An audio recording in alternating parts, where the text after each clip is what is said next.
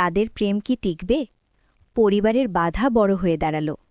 হ্যাঁ বন্ধুরা, শুধু তোমারই জন্য সিরিয়ালের আজকের পর্বে গল্পের শুরুতেই দেখা যায় জোড়া আর জয় দুজনের পরিচয়টা খুব সাধারণভাবেই শুরু হয়েছিল। ধীরে ধীরে সেই পরিচয় বদলে যায় গভীর ভালোবাসায়। একে অপরকে ছাড়া যেন তাদের দিন কল্পনাই করা যায় না।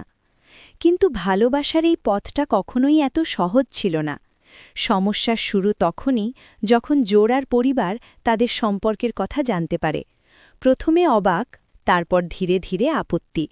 পরিবারের দৃষ্টিতে এই সম্পর্কের মধ্যে অনেক অসামঞ্জস্য, সমাজ, ভবিষ্যৎ আর কিছু অজানা ভয়।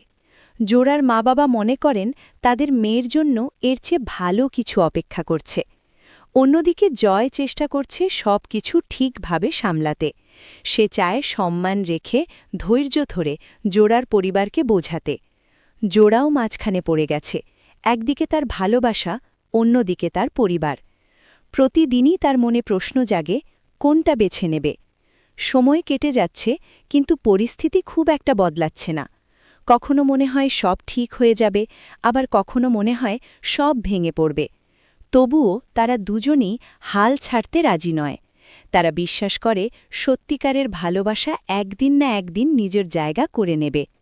এখন প্রশ্ন একটাই, তাদের প্রেম কি টিকবে, নাকি পরিবারের এই বাধাই শেষ পর্যন্ত তাদের আলাদা করে দেবে? এই গল্পটা শুধু জোড়া আর জয়ের না, আমাদের সমাজের অনেক সম্পর্কের প্রতিচ্ছবি, যেখানে ভালোবাসা আর পরিবারের মধ্যে লড়াই চলতেই থাকে। শেষ পর্যন্ত জয় কার হবে, ভালোবাসার নাকি পরিবারের, সেটাই দেখার বিষয়। গল্পটি ভালো লাগলে চ্যানেলটি সাবস্ক্রাইব করুন।